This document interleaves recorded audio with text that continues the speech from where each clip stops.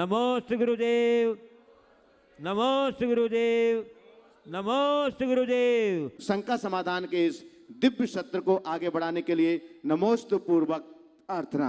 हे महाराज श्री नमोस्तु नमोस्तु नमोस्तु। चलते हैं पंच कल्याण की पावन वेदिका पर। आज गर्भ कल्याण के दिन गुरु चरणों में नमोस्तु करते हुए अपन शंका समाधान का ये प्रारंभ करते हैं सत्र। और प्रथम प्रश्न के लिए मैं मधु राकेश जी मोठिया रतलाम से अपने बीच में हैं, गुरु चरणों में अपना प्रश्न करेंगे। माइक वहां तक भेजें। और तैयार रहेंगे डॉक्टर आराधना जैन सतना रतलाम से मधु राकेश जी मोठिया।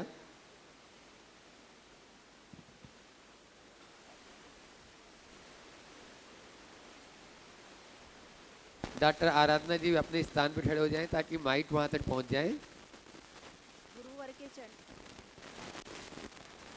गुरुवर के चरणों में त्रैबार नमोस्तु नमोस्तु नमोस्तु गुरुवर।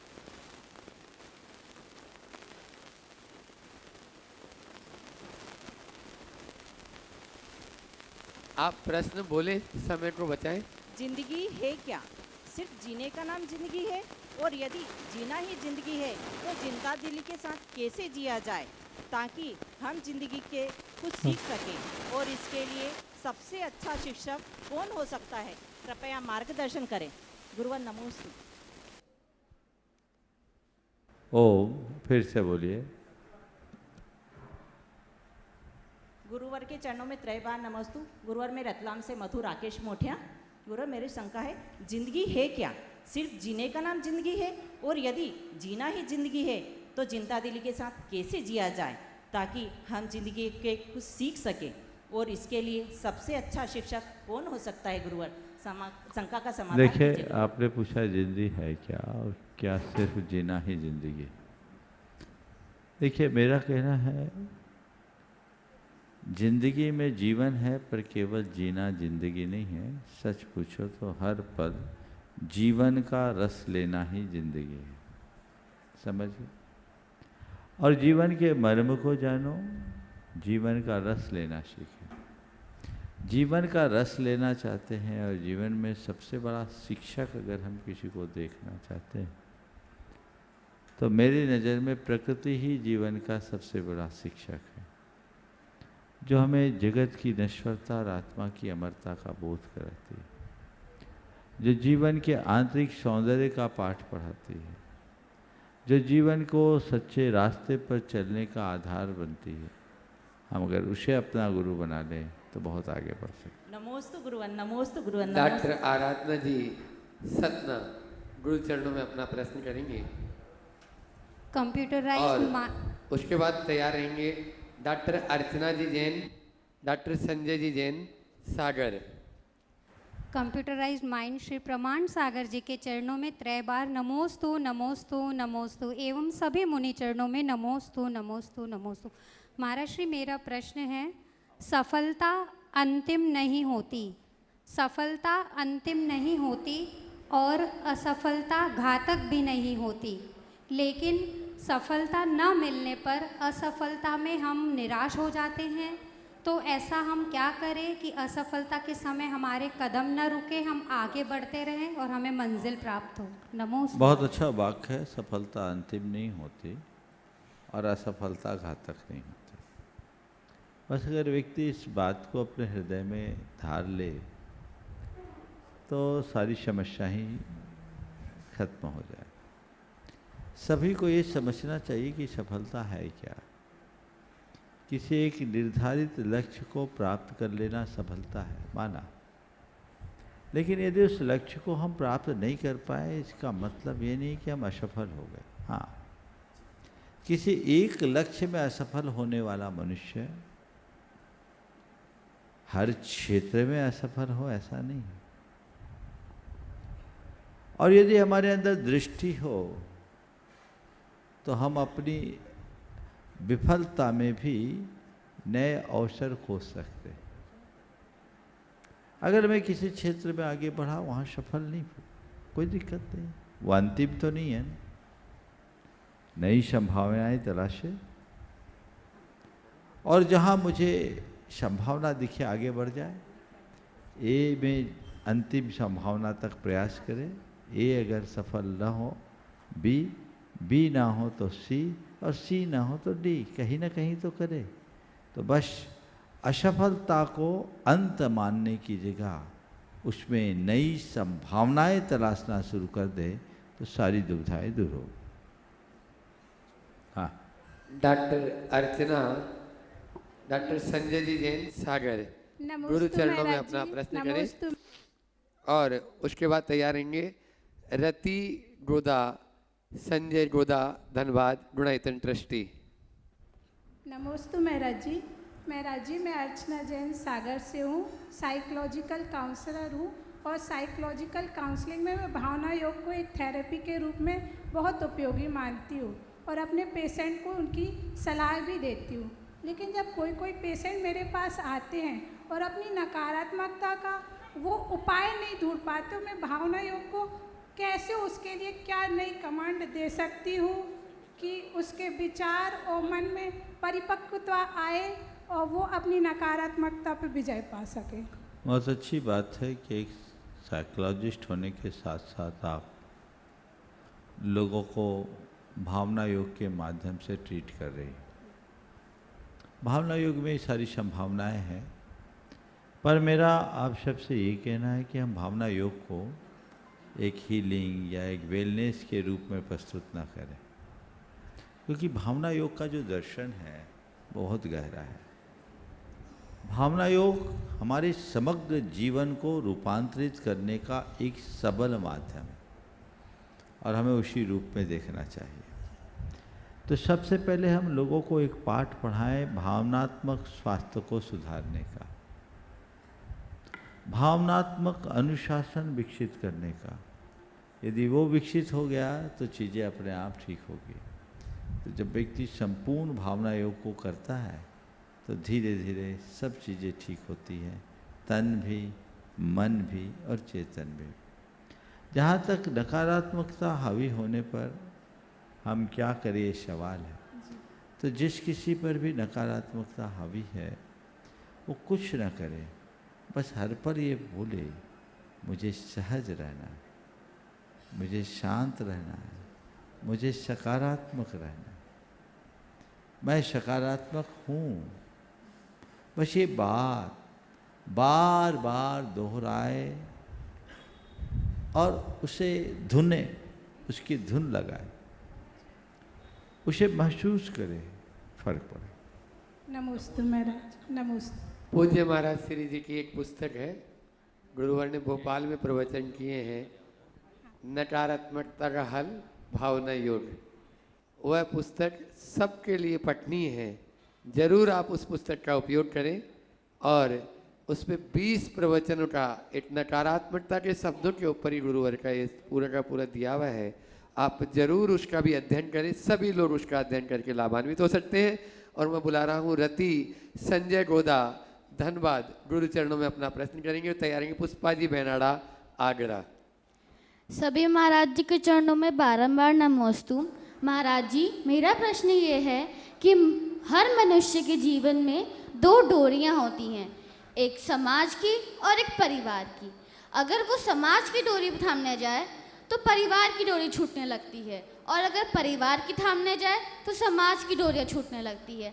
तो हम ऐसा क्या करें कि हमारे जीवन में इन दोनों डोरियों का संबंध एकदम अटूट रहे? बहुत अच्छा सवाल किया। 2 डोरियों का संबंध अटूट कैसे रहे, समाज की या परिवार की? देखो, कभी दही का मंथन करते हुए देखा है? किया तो शायद नहीं होगा। मथानी चलाते हुए देखा है माँ को? हाँ।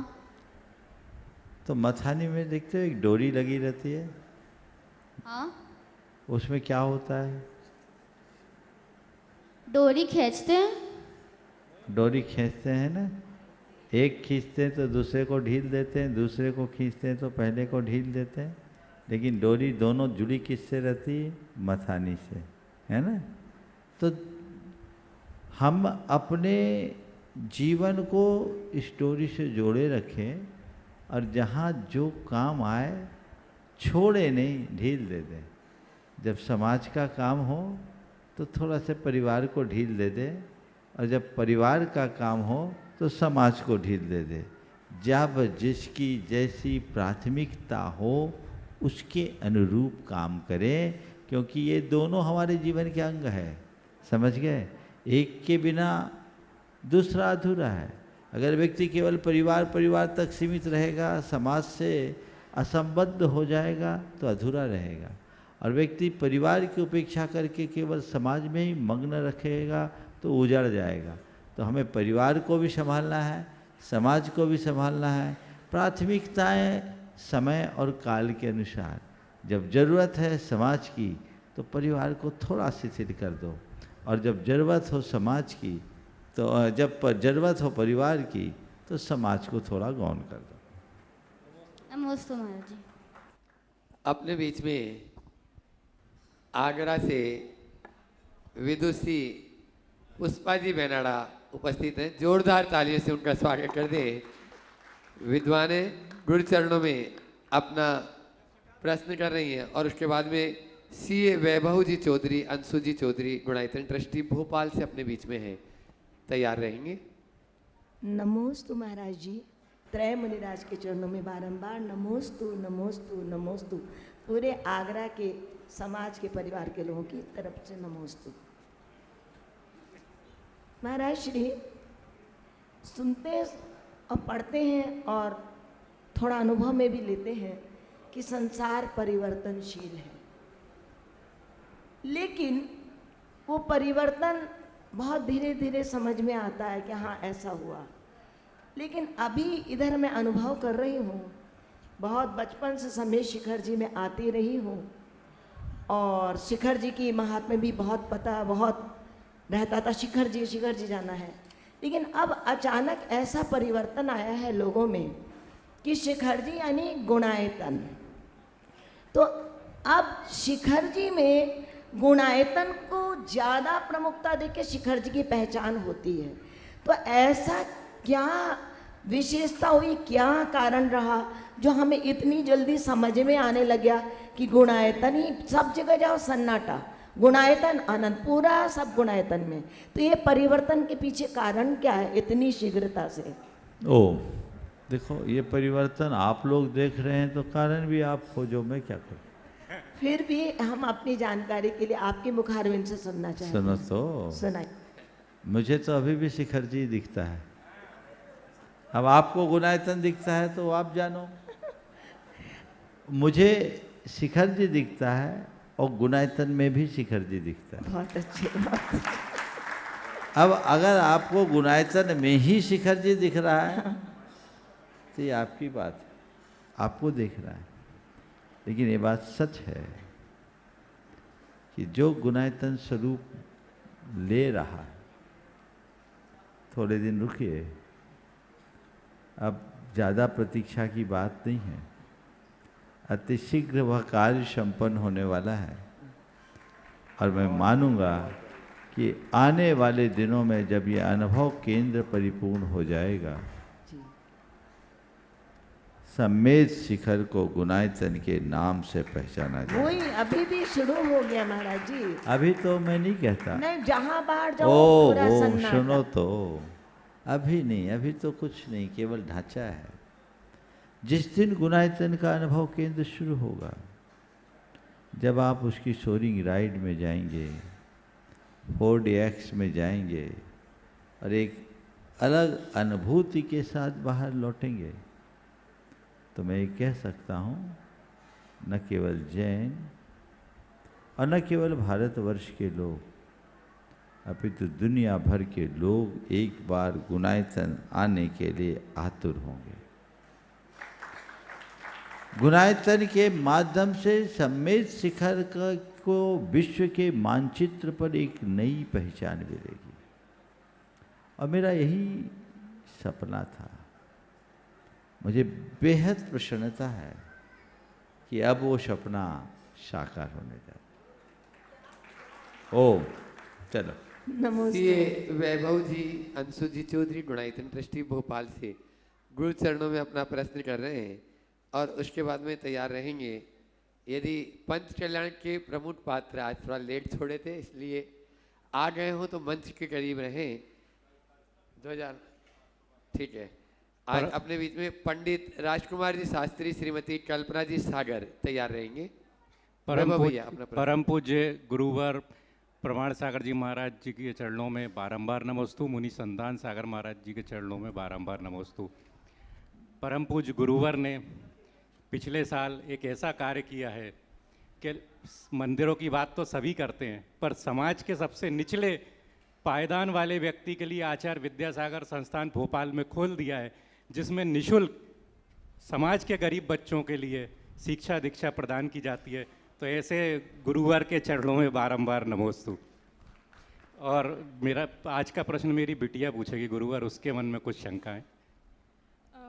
नमोस्तु महाराज श्री, आजकल के ज़माने में जहाँ नीट के पेपर, एसएससी के पेपर, इतने पेपर लीक होते हैं, पासिंग परसेंटेज कम हो रहा है और लोगों का ये मानना हो गया है कि अगर सफल है तो किस्मत है और असफल है तो मेहनत कम है।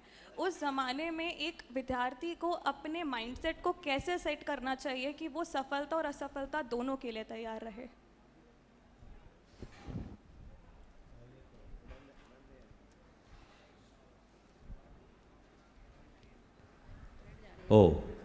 पहले तो मैं आपसे कहना चाहूँगा, भोपाल में जो श्री विद्या प्रमाण गुरुकुलम की स्थापना हुई है, वह समाज के गरीब बच्चों के लिए नहीं, समाज के मेधावी बच्चों के लिए।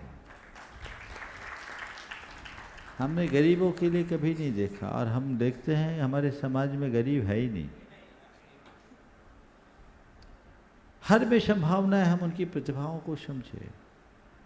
वहाँ जो भी व्यवस्था है मेधावी बच्चों की है, और अभी इस साल 240 बच्चे वहाँ अध्ययनरत है और 100% छात्रवृत्ति के द्वारा 100% स्कॉलरशिप के साथ, जहाँ उनको एक पैसा, यहाँ तक कि गाड़ी का खर्चा भी नहीं लगता, सीए फाउंडेशन के बच्चों को छोड़ के। सारी व्यवस्थाएं गुणायतन के द्वारा संपन्न की जा रही है, और पिछले साल का, एक साल का जो रिजल्ट है वो बहुत ही प्रशंसनीय है।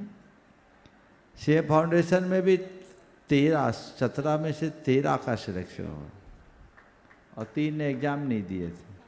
ये अपने आप में बहुत अच्छी बात है, बहुत अच्छे से काम कर रहा है।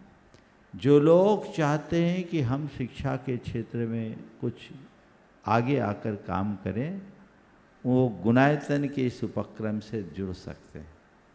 बहुत जल्दी वो पूर्ण आकार लेने वाला है, और उस पूरे 20 एकड़ के, लगभग 20 एकड़ है, उस 20 एकड़ के विशाल परिसर में जो गुरुकुलम का स्वरूप निखर कर आएगा, वो भारत के एक श्रेष्ठतम गुरुकुलम विद्यालय के रूप में होगा। उच्च गुणवत्तापूर्ण शिक्षा है वहाँ। वर्तमान में वहाँ के छात्रावास में बच्चे रह रहे हैं, और सेज इंटरनेशनल स्कूल में बच्चे अध्ययन कर रहे हैं।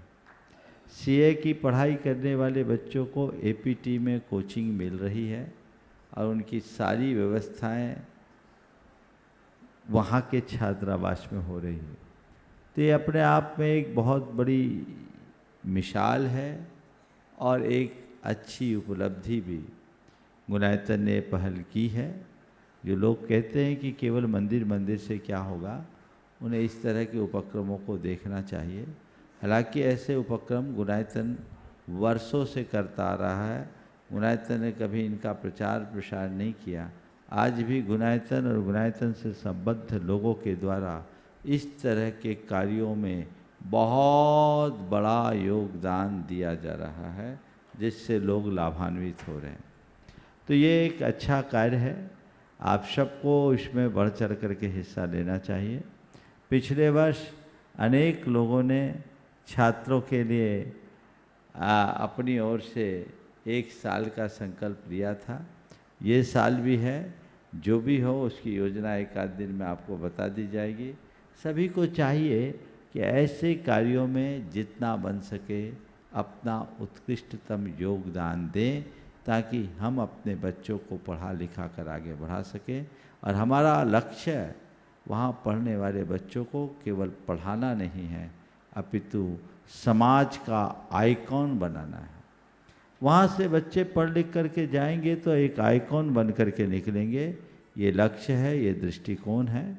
और ऐसे दृष्टि से भर करके बच्चे निश्चित रूप से समाज में एक अच्छी उदाहरण प्रस्तुत करेंगे, एक अच्छा आदर्श उपस्थित करेंगे, ऐसा मेरा मानना है। अब आपका सवाल था, नीट आदि की परीक्षाओं में पेपर लीक हो जाते हैं और ऐसे में अगर निकल गए तो किस्मत और नहीं निकले तो मेहनत की कमी, इस दिशा में क्या करें? देखिए, सबसे पहले तो मैं ये कहूँगा, ये प्रतियोगी परीक्षा की जो व्यवस्थाएं हैं, ये व्यवस्था ही मनुष्य को अशांत करने वाली। हमें ऐसी व्यवस्था से मुक्त होने की कोशिश करनी चाहिए। इस तरह की व्यवस्था को गौण करने का प्रयत्न करना चाहिए। परीक्षा अब चूँकि शुरू से चीज़ें ऐसी है कि हमें नीट क्वालिफाई करना है या आपके जाकर के जेई करना है, अब करना पड़ेगा। तो विद्यार्थियों को मैं खासकर ये कहूँगा कि आप परीक्षा दीजिए, पर उसे ही अपनी सफलता का आधार मत मानिए। व्यवस्थागत बहुत सारी त्रुटियां हैं जिसका लाभ उठाकर लोग इस तरह के कृत्य कर बैठते हैं। हमारे बच्चों को बहुत हताश होना पड़ता है। मैं उनसे यही कहूँगा, वो मेहनत करे और दूसरी संभावनाओं को सदैव ध्यान में रखे, ताकि मन किसी भी प्रकार से आहत न हो। व्यवस्थाएं अपनी जगह है। मेरे संपर्क में एक युवक है, युवक क्या है अभी बता ही देता हूँ, जो अभी सौधन में बने हैं, यहाँ शायद अभी उपस्थित नहीं हुए। इसकी इच्छा थी, अरे खड़े तो हो जाओ, खड़े हो जाओ। इसकी इच्छा थी कि मैं नीट क्वालिफाई करूं। ट्राई किया, नहीं निकाल पाया, मेरे पास आया। मैंने कहा, भाई तू नीट नहीं निकाल पाया, कोई चिंता नहीं, डॉक्टर नहीं बन पाया, डॉक्टर पाल तो सकता है। इसको बात बैठ गई और इसने अपने पिताजी से कहा, पापा अब मैं डॉक्टर नहीं बनूंगा, डॉक्टर पालूंगा। और आज हजारीबाग पूरे के पूरे कमिश्नरी के सबसे बड़े हॉस्पिटल का मल्टी सुपर स्पेशलिटी आरोग्यम का संचालक, 50 डॉक्टर काम कर रहे हैं। कितने डॉक्टर हैं? 48 डॉक्टर जिसके अंडर में काम कर रहे हैं। अब मैं पूछता हूँ, ये डॉक्टर बनता, नीट में सेलेक्ट हो जाता तो सफल माना जाता, या आज इसे एक सफल व्यक्ति के रूप में देख रहे हैं? तो हम हताश क्यों हों? प्रयास करें। अगर परिणाम अनुकूल ना आए तो हताश ना हो। तो ये फिर उसने नहीं किया, सीधे बीबीए करके आया बेंगलोर से और सीधे हॉस्पिटल खोल लिया। 2013 में खोला ना, 14 में। और बस जिस समय था संयोग से जुड़ा हुआ परिवार है, आया, आज बहुत अच्छी उपलब्धि है। तो एक मॉडल है। आज पहला मौका है जब इसके सामने ये बात मैं बोल रहा हूँ। इसका नाम लिए बिना मैंने उदाहरण कई बार दिया है, तो आज ये आनंद है। तो ऐसी स्थिति हर व्यक्ति के साथ आ सकती है। लोगों को ऐसी संभावनाओं पर विचार करना चाहिए ताकि हम हताशा से बचें। अभिभावकों को भी बच्चों के ऊपर बहुत ज़्यादा प्रेशर नहीं डालना चाहिए। बच्चों की टैलेंट को उभारना चाहिए, उन्हें कला और गुणों में निपुण बनाना चाहिए। मेरा मानना है, जो व्यक्ति कला और गुणों में पूरी तरह दक्ष हो गया वो कभी भूखा नहीं रह सकता। और आज के संदर्भ में तो एक बात और बता रहा हूँ, वर्तमान युग एआई का युग है। आने वाले समय में तकनीक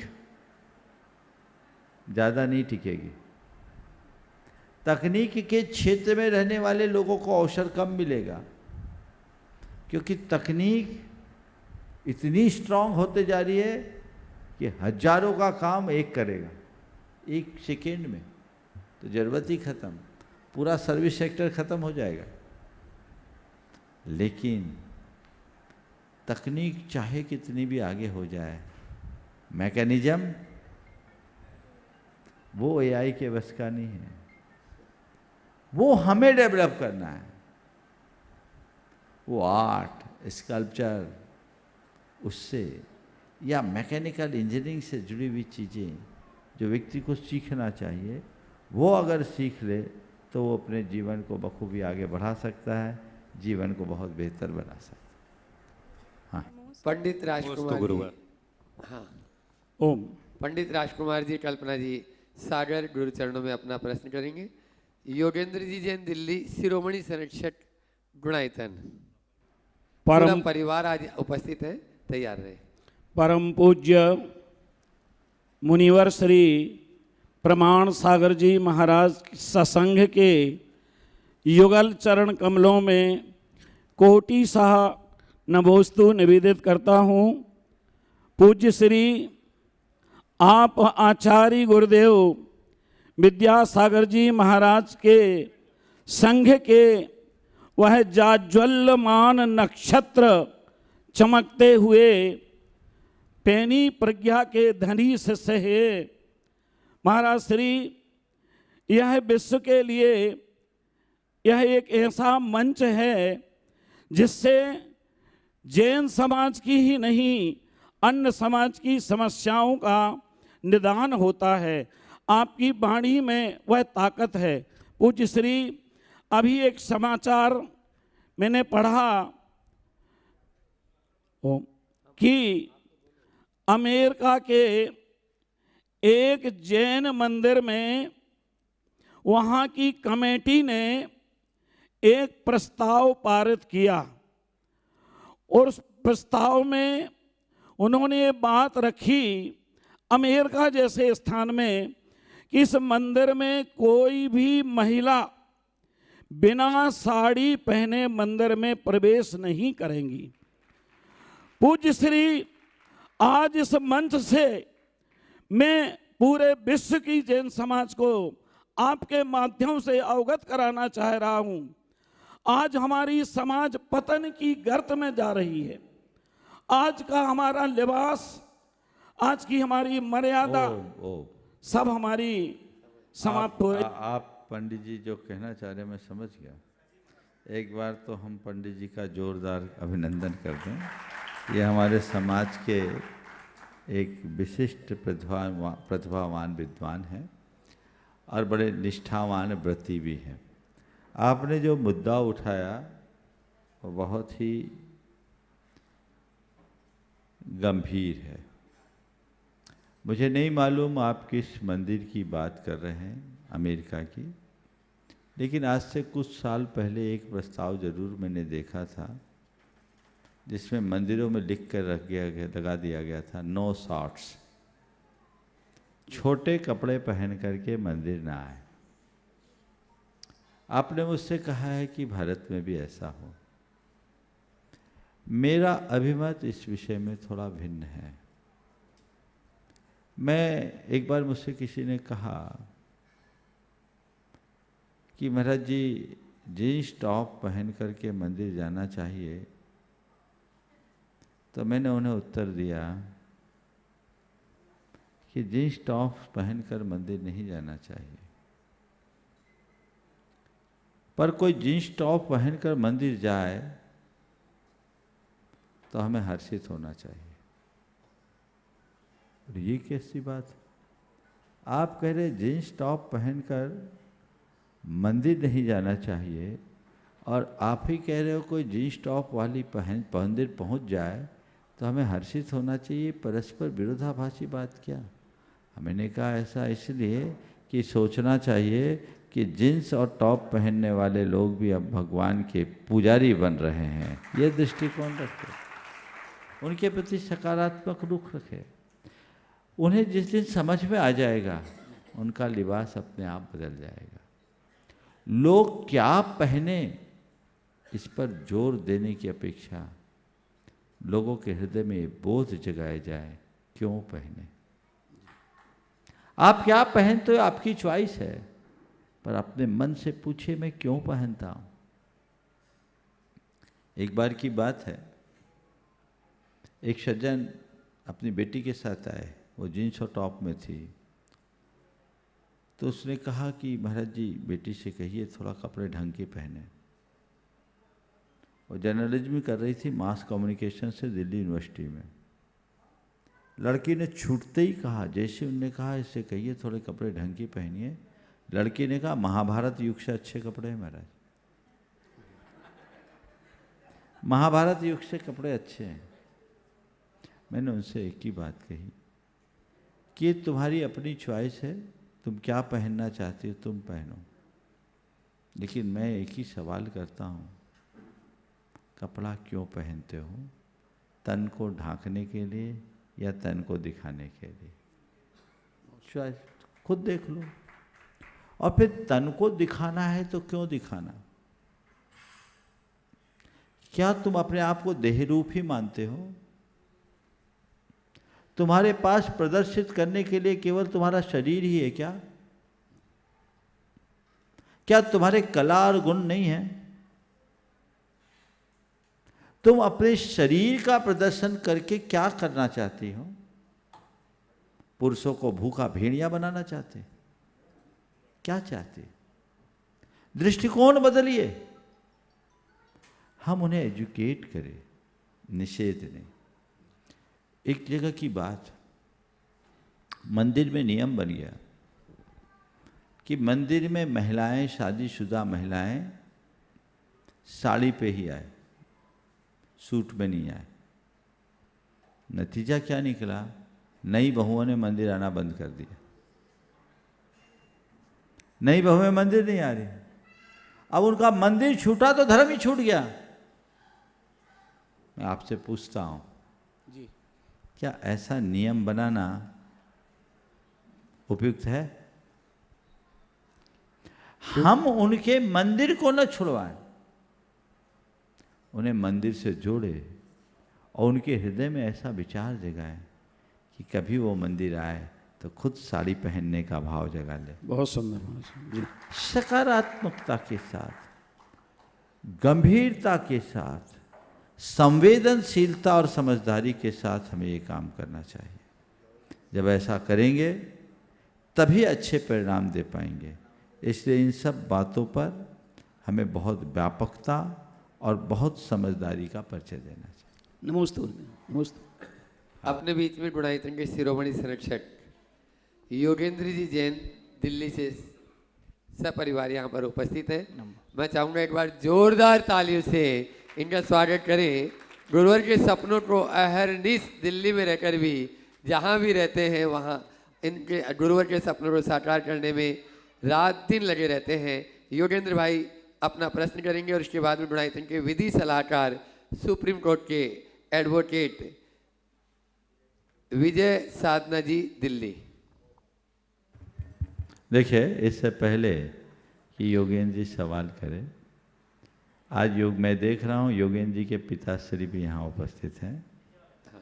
योगेंद्र भाई तो पूरी तरह गुणायतन के लिए समर्पित हैं ही, पर एक बहुत विशेष बात का उल्लेख मैं करना चाहूँगा और मैं चाहूँगा कमेटी के सदस्य उनका वहीं पर जाकर के सम्मान कर दें, क्योंकि उनको यहाँ आने में असुविधा होगी। महिलाओं की तरफ से यहाँ से चले जाएं और इस पूरे परिवार का जोरदार सम्मान करें। हर्ष चले जाओ। ये इन्होंने, राजेंद्र जी नाम है ना पिताजी का? कमल कुमार जी। कमल जी ने अपने जीवन की जमा पूंजी योगेंद्र से कही कि मैं इस जमा पूंजी का उपयोग गुणायतन में करना चाहता हूँ, तुम क्या चाहते हो? योगेंद्र ने कहा आप हमको कुछ मत दीजिए, जो आपको देना है आप सब दे दीजिए। और इन्होंने एक बहुत बड़ी राशि गुणायतन के लिए समर्पित की और मैं इसके लिए कमलकांत जी के लिए भी और ख़ासकर योगेंद्र जी के लिए भी, इन्होंने कहा हमें आपका एक पैसा नहीं चाहिए पापा, आप अपना जो कुछ भी है आप उसका सद्व्यय कर लीजिए, हम लोग उसमें ही कृतार्थ हैं। आज मेरे ख्याल से इनके पिताजी 5-6 वर्षों के बाद आए हैं, है ना? 3 वर्षों के बाद मेरे पास आए हैं। एक बार ऐसे शख्सियत का जोरदार अभिनंदन करते हैं। और आज भी योगेंद्र ने आने के बाद अपने पिताजी की इच्छा को प्रकट की और कहा, महाराज जी आपको जो करना है कर दीजिए, और जो उनका पुराना संकल्प था उस संकल्प में भी इन्होंने और अधिक अभिवृद्धि की है। ऐसे परिवार का जोरदार अभिनंदन करना चाहिए। तो योगेंद्र भाई प्रश्न करेंगे, और पिताजी भी अगर कुछ करना चाहे कमलकांत जी तो वो भी पूछ सकेंगे। नमस्ते गुरुदेव। गुरुदेव, टेक्नोलॉजी के युग में हमारी डिपेंडेंसी टेक्नोलॉजी पे दिन बढ़ती जा रही है। मेरा सवाल ये है कि ऐसी इस परिप्रेक्ष्य में जो हमारी ओरिजिनल मौलिक सोच है और ऐसे विचारों को विकसित करने की जो क्षमता है जो आज से पहले कभी नहीं सोचे गए हों, जो केवल इंसान कर सकते हैं, उसको हम कैसे विकसित करें? बहुत अच्छी बात है। हम अपनी सोच को कैसे विकसित करें, एक बड़ा अहम प्रश्न है। टेक्नोलॉजी भी सोच से ही जन्मी है। सोच बहुत बड़ी ताकत है और इसका कोई अंत नहीं। मेरा मानना है कि जो टेक्नोलॉजी आज डेवलप हुई है ये यहीं नहीं रुकेगी, ये और आगे जाएगी, क्योंकि मनुष्य चिंतनशील प्राणी है। लेकिन इसमें 2 तरह के लोग होते हैं। कुछ लोग होते हैं जो टेक्नोलॉजी पर डिपेंड हो जाते हैं, और कुछ लोग होते हैं जो टेक्नोलॉजी को डेवलप करते हैं। मैं आप सबसे ये कहना चाहूँगा कि अपनी सोच को जीवित रखना चाहते हो तो टेक्नोलॉजी पर डिपेंड होने की जगह टेक्नोलॉजी को डेवलप करने वाला बनिए। अपना स्थान टेक्नोलॉजी डेवलप करने वालों में बनाइए। आपकी सोच खुलेगी, आपका दायरा बढ़ेगा, और टेक्नोलॉजी पर डिपेंड होते जाएंगे तो धीरे धीरे सिकुड़ते जाएंगे। आज के ये लोगों कई लोगों की ये कहानी है, 2, 3, 5 गिनने के लिए कैलकुलेटर उठाना पड़ता है। ये क्या है? डिपेंडेंसी का फल है। तो डिपेंड मत रहिए, डेवलप करने की बात सोचिए, तो जीवन की धारा बदल जाएगी। नमोस्तु। कमलकांत जी, पिताजी हाँ कुछ बोलना चाहिए। कुछ बोलना। ये प्रभु आत्मा भगवान की जय, आपका जीवन सफल हो। बहुत अच्छा। हाँ, विजय कुमार जी। अपने बीच में Vijay ji Jain advocate, supreme court Delhi Gunayatan के विधि सलाहकार, गुरु चरणों में अपना प्रश्न कर रहे हैं, और इसके बाद हाँ आप करें। गुरुदेव नमोस्तु। हेलो गुरुदेव, नमोस्तु। गुरुदेव, शंका तो नहीं है लेकिन फिर समाधान का निवेदन है। गुरुदेव, हमारी अल्प बुद्धि से विभिन्न समय पर दिए गए आपके प्रवचनों का सार हमें यह समझ में आया कि परिस्थिति अनुसार मौन से बड़ा कोई उत्तर नहीं, क्षमा से बड़ा कोई दंड नहीं, भुला देने से बड़ी कोई शांति और वह खुशी नहीं। लेकिन गुरुदेव, ये बातें संभव नहीं तो कठिन अवश्य प्रतीत होती हैं। इन्हें कैसे सरल एवं संभव बनाया जाए गुरुदेव? ये सब बातें हमें कठिन लगती है तब तक जब तक हम इन्हें स्वीकार नहीं कर पाते। जिस दिन हम इन्हें स्वीकार लेते हैं ये हमारे जीवन का अंग बन जाते हैं और ये हमारे लिए बहुत सरल हो जाते हैं। प्रैक्टिस में लाइए, अंतरंग में बना लीजिए कि जहाँ ज़रूरत है मैं मौन रहूँ, जहाँ मन प्रसंग आए वहाँ मैं क्षमा करूँ। चीज़ें अपने आप हमारे जीवन का हिस्सा बन जाए। अपने बीच में सिंगापुर से सिद्धार्थ नेहा जी जैन गुरु चरणों में अपना प्रश्न करेंगे। माइक वहाँ तक शीघ्रता से पहुँचाएं और तैयार रहेंगे। कुसुम जैन, मानसरोवर, जयपुर।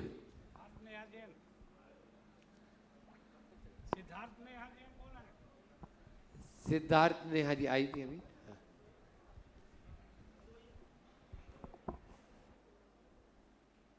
गुरु चरणों में अपना प्रश्न करें और अगला माइक में पहुंचा दे।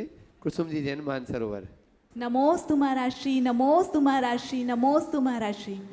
महाराष्ट्री, सबसे पहले तो मैं कहना चाहूँगी कि आपके आशीर्वाद से जो 24 की सिंगापुर की जो 24 के आपने पंचकल्याण के दर पे कराया था, वो इतनी सुंदर लग रही है। वहाँ के इतनी सुंदर वेदी में विराजमान होकर कि शब्द नहीं है व्यक्त करने के। बस वहाँ पे बैठो तो बस ध्यान बहुत अच्छा लगता है। बहुत बहुत धन्यवाद आपका। ऐसा ही आशीर्वाद हम सब सिंगापुर वालों के ऊपर आपका बना रहे। मेरा एक क्वेश्चन था, पंच कल्याणक में आई हूँ तो मेरे मन में हमेशा ये चलता है कि महाराज श्री एक प्रतिमा जी पत्थर से सूर्य मंत्र देने से कैसे भगवान जितनी पूजनीय हो जाती है, तो सूर्य मंत्र का ऐसा क्या तेज है, क्या चमत्कार है, ऐसा क्या है? देखो, एक कागज आरबीआई के गवर्नर की सील लगते ही नोट में कैसे परिवर्तित हो जाए? उस सील में क्या जादू है तो कागज ही ना। साधारण कागज मुद्रा बन जाता। तो जब एक मुहर से साधारण कागज मुद्रा बन सकती है, तो मंत्र से साधारण प्रतिमा भगवान क्यों नहीं बन सकती? दृष्टिकोण का अंतर है। हम किस दृष्टि से चीज़ों को देखते हैं। मंत्रों की शक्तियाँ होती है, और जब हम मंत्र आराधन करते हैं तो हमारी दृष्टि बदल जाती है। अगर आपके अंदर श्रद्धा है तो आपको मूर्ति में भगवान दिखेंगे, और आपके अंदर श्रद्धा नहीं है तो आपको पाषाण की मूर्ति दिखेगी। एक समय था जब जैनियों का शास्त्रार्थ हुआ करता था। एक जगह शास्त्रार्थ चल रहा था। पंडित गोपाल दास जी बरैया उस शास्त्रार्थ का नेतृत्व कर रहे थे। उनसे किसी ने कहा कि ये लोग तो पत्थर को पूजते हैं, ये लोग पत्थर को पूजते हैं, पत्थर में टक्कर मारने से क्या होगा? उन्होंने कहा गलत है, हम पत्थर को नहीं पूजते, भगवान को पूजते हैं। भगवान कहाँ है? तुम्हारे यहाँ तो पत्थर की मूर्ति है। बोले किसने कहा? हमने उस मूर्ति में भगवान की प्रतिष्ठा की, मंत्रों के द्वारा भगवान की प्रतिष्ठा की, उसकी प्राण प्रतिष्ठा हो, इसमें जीवंतता लाए, वो हमारे भगवान है। बोले भगवान है तो जीवन के कोई लक्षण तो दिख नहीं रहे। बोले जीवन के लक्षण क्यों दिखेंगे, वो तो ध्यान में है।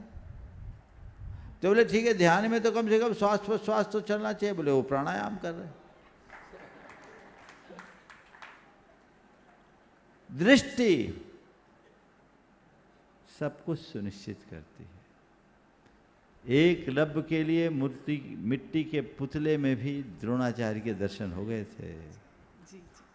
ये किसका चमत्कार है? दृष्टि का।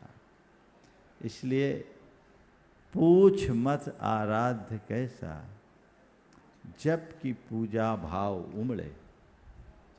पूछ मत आराध्य कैसा, जबकि पूजा भाव उमड़े।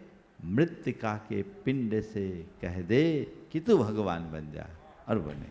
जी जी, नमोस्तु महाराज। कुसुम जैन, मानसरोवर, जयपुर, राजस्थान से गुरु चरणों में प्रश्न करेंगे और उसके बाद तैयार रहेंगे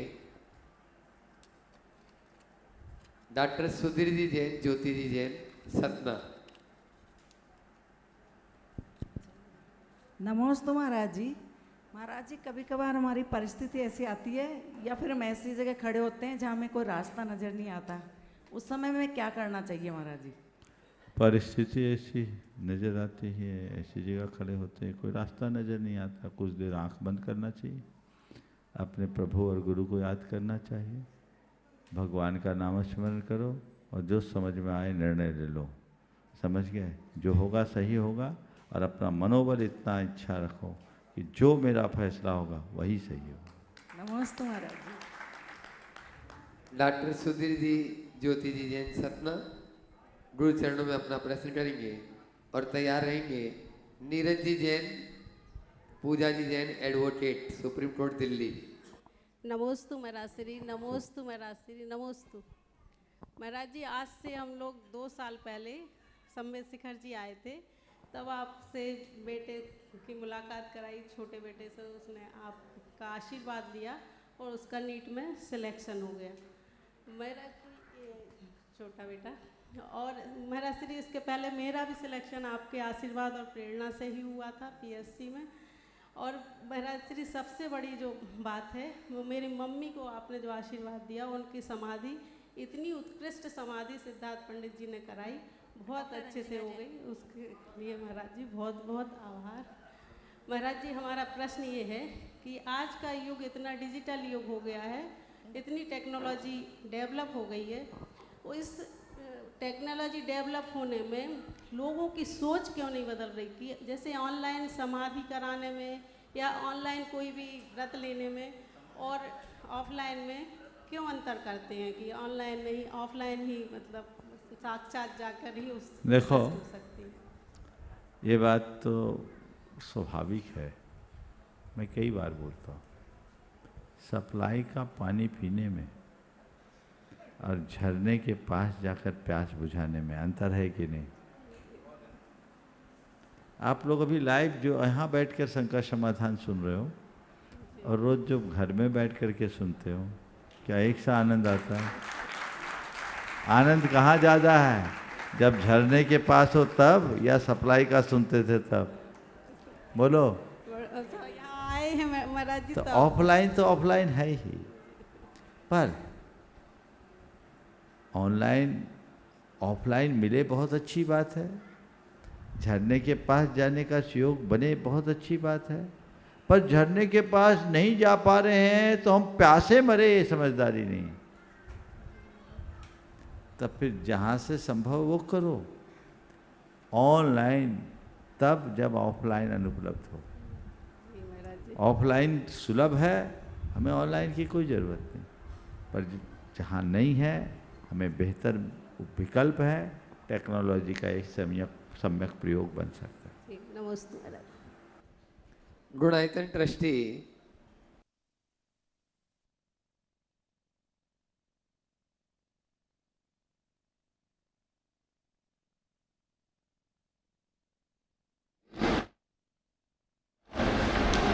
पूरी टीम के साथ में बोले पूजा नीरज जैन दिल्ली है उपस्थित।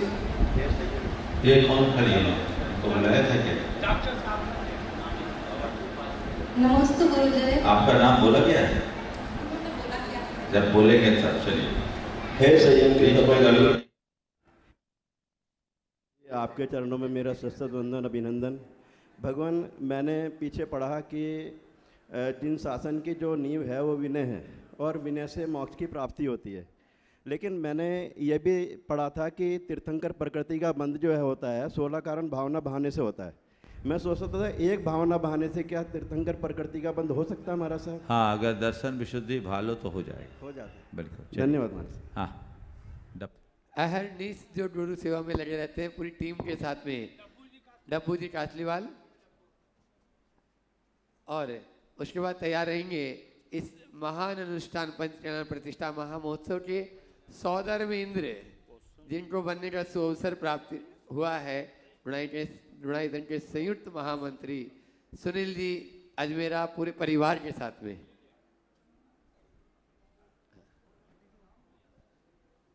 हाँ, हर अभी बोलो।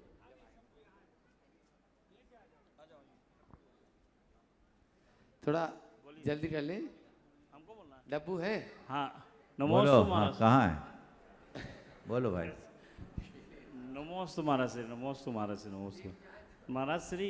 हम लोग युवक जो काम करते हैं और हम लोग के साथ कुछ गलतियां हो जाती है, किसी भी धर्म के काम में या किसी तरह का विनय हम लोग का विनय हो जाता, उसके लिए हम लोग को क्या करना चाहिए महाराज श्री? हाथ जोड़ के क्षमा मांग लेना चाहिए और दोबारा ऐसी गलती न दोहराने का संकल्प लेना चाहिए। नमोस्तु महाराज श्री, नमोस्तु। इस अनुष्ठान में सौधर्म इंद्र बनने का जिन्हें अवसर प्राप्त हुआ है, हर्ष प्रीति नव्या पराश्री अजमेरा परिवार और सुनील जी अजमेरा सहित डेविड अजमेरा, एक बार जोरदार ताली बजा दी इस पूरे परिवार के लिए, जिन्होंने पहले ऐसा कुछ पुण्य संजोया कि आज उछल कर वह उदय में आया और इस पंच कल्याण प्रतिष्ठा महामहोत्सव में सौधर्म इंद्र बनने का सुअवसर पाया। अब हर्ष जी, प्रीति जी, सुनील जी अपना प्रश्न गुरु चरणों में कर रहे हैं। गुरु जी के चरणों में बारंबार नमोस्तु नमोस्तु नमोस्तु। गुरु जी, जैसा अभी महाराज जी बोले कि ऐसा कौन सा पुण्य कमाया जो उछल के अभी इस सौधर्म इंद्र बनने का मौका प्राप्त हुआ, तो गुरु जी आपको भी पता है कि हम लोग बगल में रहते हुए सम्मेद शिखर जी का भी दर्शन साल में 4 बार 5 बार कर पाते हैं गृहस्थी के कारण।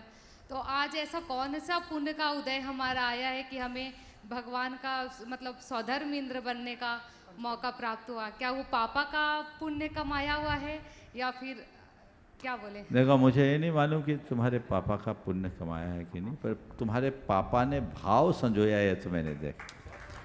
शुरू से इसके मन में था कि मुझे बनना है, बेटे को बनाना है, और बेटा ने सौधर्म इंद्र की भावना, भाई ये तो सौधर्म इंद्र ही बनाना है, चाहे जो हो जाए। और ये इनका पुण्य प्रबल था कि मैदान बिल्कुल साफ मिल गया इनको। और हालांकि मुझे मालूम है ये मैदान में उतरते तो मैदान मारते हैं, मैदान छोड़ते नहीं हैं। ये पुण्य योग आया है, और ऐसा जिनको योग बनता है उन्हें ही मिलता है। निश्चित ऐसे अवसरों का सबको लाभ लेते रहना चाहिए। इस प्रकार आज के सत्र को महाराज जी, सौधर्म इंद्र बनने का सौभाग्य इन सबको प्राप्त हुआ, लेकिन इनसे इनको क्या सीखना चाहिए कि वो उसकी चिंता मत करो, सौधर्म इंद्र बनने दो, जो तुम चाहते अपने आप हो जाएगा। बोलिए परम पूज्य आचार्य गुरुवर श्री विद्यासागर जी महाराज जी की एक सलाह दूंगा।